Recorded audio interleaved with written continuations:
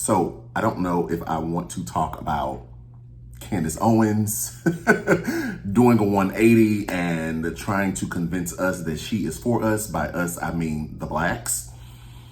Or if I want to talk about Marjorie Taylor Green and trying to kick out Mike Johnson, and then also going after other Republicans like Mike Gallagher, who is retiring or who is stepping down, which now leaves the Republican majority with a surplus of one, which means we are somehow inching closer and closer to potentially Hakeem Jeffries being the next Speaker of the House. Like, let's just say another Republican steps down or, whatever.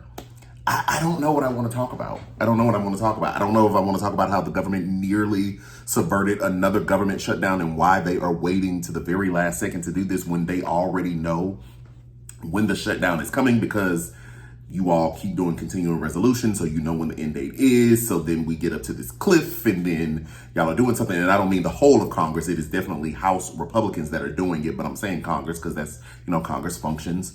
I don't know what I want to talk about. It's just so many things happened this week, right? So many things happened this week. But I will, I actually do want to talk about Candice Owens. And I do want to talk about it in a way that is respectful, but I'm standing on what I said. I'm hearing and seeing a lot of Candice cheer. A lot of people, a lot of my people are, and this could be partially bots, and this could also just be people feel the way they feel, and they are coming around to her. I don't even know if I like that, but coming around to her or coming to her and hearing some of the things that she's saying, and it's like, you know what? I actually kind of like her. I kind of agree with her.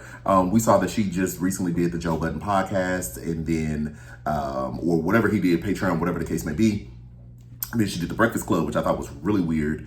And then she got fired the very next day from the Daily Wire, which is the conservative talk show, conservative platform ecosystem that she spews a lot of her anti-black, white supremacist rhetoric. And it seems like she's trying to do a 180, but I'm not here for it.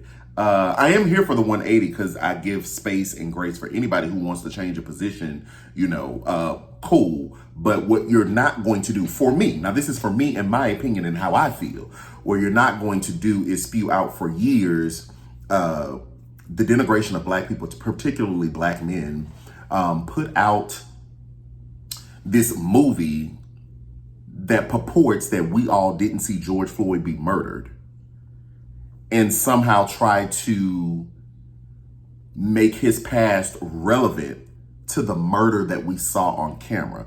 Things you're not going to be, we're just not going to be able to sweep that under the rug and just kind of keep moving. We're not going to be able to sweep under the rug the denigration and the disrespect you have displayed and talked in the way in which you have talked about black people while you were on the other networks that was propping up white supremacy. Now, you may have your ideology and views on culture and cultural things and things we shouldn't do in our culture. And some of that stuff, I may be able to find some agreement with you. But what I'm talking about is specific, the denigration of black folks, the specific propping up of white supremacy, the specific as using yourself and your black skin as an agent for racist white people to use you as a crutch to not change, to not see the error in their ways, to not try to combat their own racist ideology and racism in the ecosystem. That's what we're not going to be able to do, Candace.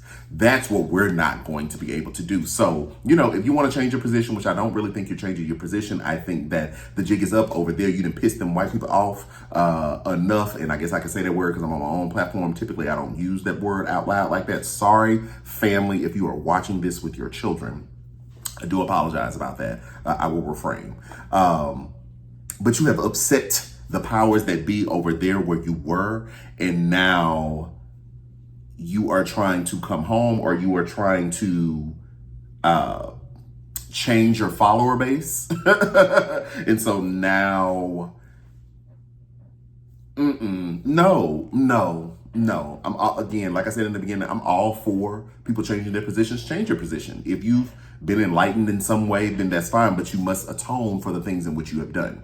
right? If your position has changed, then it is the responsibility of yourself to come then and say, well, you know what? That movie that I put out about George Floyd, it was wrong. It was wrong. The man was murdered. And I was wrong for trying to make it anything less than it actually was. Until such things happen, I am not inclined to believe anything that you are saying. Anything. All it looks like is a grift to me. All it looks like is you're trying to change the supporter base because your coins may be drying up over there because the people that kicked you out and called you anti-Semitic and said, we're done with you. So now you need a new base. We all know how this content game goes. And if you don't know, Candice is a content creator. Be clear. Candice is a content creator, like a lot of those other people on the Daily Wire, a platform that they built. It's not a news organization. They are content creators. The way in which we survive and thrive in this space, especially if you do it full time, is the support of our follower base, right? And y'all know I don't really like the term follower base. Y'all are my supporters. I don't have followers. I have supporters. Y'all ain't got to follow me. We walking together. Y'all support me. But that's the way in which we make our money, whether you are giving donations, whether you are buying merch, whether you are showing up at rallies. I've never done a rally or anything like that. But you know what? I need to start doing in-person events. I really need to. I need to come see y'all. I do. But anyway, but that's the way in which we work. That's the way in which we work as content creators. And so because it seems as though the jig is up in the other space, now you coming over here and now you think that you're going to get a good majority of us to follow you. Now, there may be some people, some of my skin folks that want to go that way. Go ahead. You are free and entitled to do exactly what you want. But I'm still young enough to remember all the things that Candice Owens has done. And yes, there's always space for reconciliation and forgiveness. But in order to do such things, one must make an atonement for the things that they have done and the things that they have said. It's just like me and my wife. If me and my wife have entered into a covenant under God and in front of people, if I say she is mine and I am hers and that's it, and then I go out and cheat on her, which I have not and I will not. But if I do that, and then I turn around and say, well, you know what? I'm not going to do it again. That's it. Let's keep moving forward.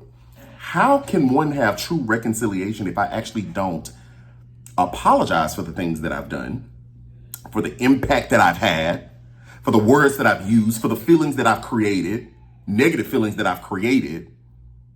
How do we then get to reconciliation and get to a space where our marriage is like 100 if I don't own up to the things that I would have done, allegedly, or not allegedly, because that's insinuating that I've done something in this hypothetical situation, right? In this hypothetical friendship, take friendship. If I go and slap the crap out of my friend and then say, well, let's just move on. And, you know, I don't think I should have, well, no, I can't say I don't think I should have done that, but I don't think, I'll do that again. How in which do we reconcile if I've not taken full accountability for the actions in which I have displayed? You coming in here? Bingo. Okay. I'm definitely recording. Okay. I'm not going to edit it out. Come on in. Okay. Mm-hmm. Hand out. No. Okay. But how in which can we, she come in the mango. How in which could we reconcile? So no, Candice, I don't think this is real. I don't think that, I don't think she is one of us all of a sudden. I think that it's a new grift. I think that it's a new supporter base that she's trying to garner. And we'll just let the cookies fall where they may. The revealing will always come out in the wash. So that's her. That's that. Let's talk about Marjorie Taylor Green. I said I didn't know what I wanted to talk about in the beginning, but I guess I'm going to talk about everything. Baby, we went down to the farmer's market and got some mangoes. I don't remember what kind of mango this is because it has the yellow skin, but it is fantastic, okay? Oh. Baby, this is so good. Hold on. It's excellent. It's excellent. So, excuse me. I'm gonna put my snack down. I had the rest of that later. So, let's also talk about Marjorie Taylor Green. I don't have no water. Marjorie Taylor Green trying to kick Mike Johnson out of his position, which I'm here for the infighting. I'm here for it. I honestly didn't think that they were going to do it because this is not the first time Mike Johnson has crafted a deal with the Democrats to keep the government oven. You would remember that Kevin McCarthy did the same thing, and that is how Kevin McCarthy lost his job, right? So I didn't really think they were going to do it to Mike Johnson because Mike Johnson has crafted, I think this might be the third deal because they keep doing these short-term spending bills. I think this might be the third, but maybe because of the amount, I think it was like over 1 point something trillion dollars, the overall package, the overall deal. So maybe that was just a bridge too far for Marjorie and them. So Marjorie and them filed them papers. And we'll see. It's going to be interesting because I think he could only afford to lose 2. But a Democrat, I forget his name, the Democrat that just won George Santos' seat, I forget his name. He came out and said that he would still vote for Mike Johnson. And I thought that was kind of interesting. I was like, maybe that is a political tactic because technically the district that he just won, he did represent it once before. I wish I could remember his name. He did represent it once before, but George Santos won it and it turned red. And so he was able to win it in this special election because they kicked George Santos out. So maybe he's saying that because he doesn't want the voters to think, he is playing hardcore Democrats and he's still trying to win and keep his supporter base. I don't really know. But I thought it was interesting that he came out so quick to say that he would vote for Mike Johnson. So that's why I'm thinking it's more of a political calculation than anything, because it wasn't a necessary statement, right? You could just let the Republicans sweat. Anyway, so they can only lose 2 Republicans. They can only lose, I think, 2 Republicans. And then if the vote comes up by the time Mike Gallagher leaves, who's Marjorie Taylor Green is going after, she wants to kick him out. And I think she wants to kick him out because if they kick him out, then they can do a special election and blah, blah, blah. So that a Republican can win the seat because she's concerned about Hakeem Jeffries obtaining the majority and becoming Speaker of the House. Although she's also at the same time, causing discourse, and she says she's not, but she is causing discourse, by trying to kick Mike Johnson out of the speakership, not out of his congressional seat. It's just an interesting time. What a time to be alive in an election year.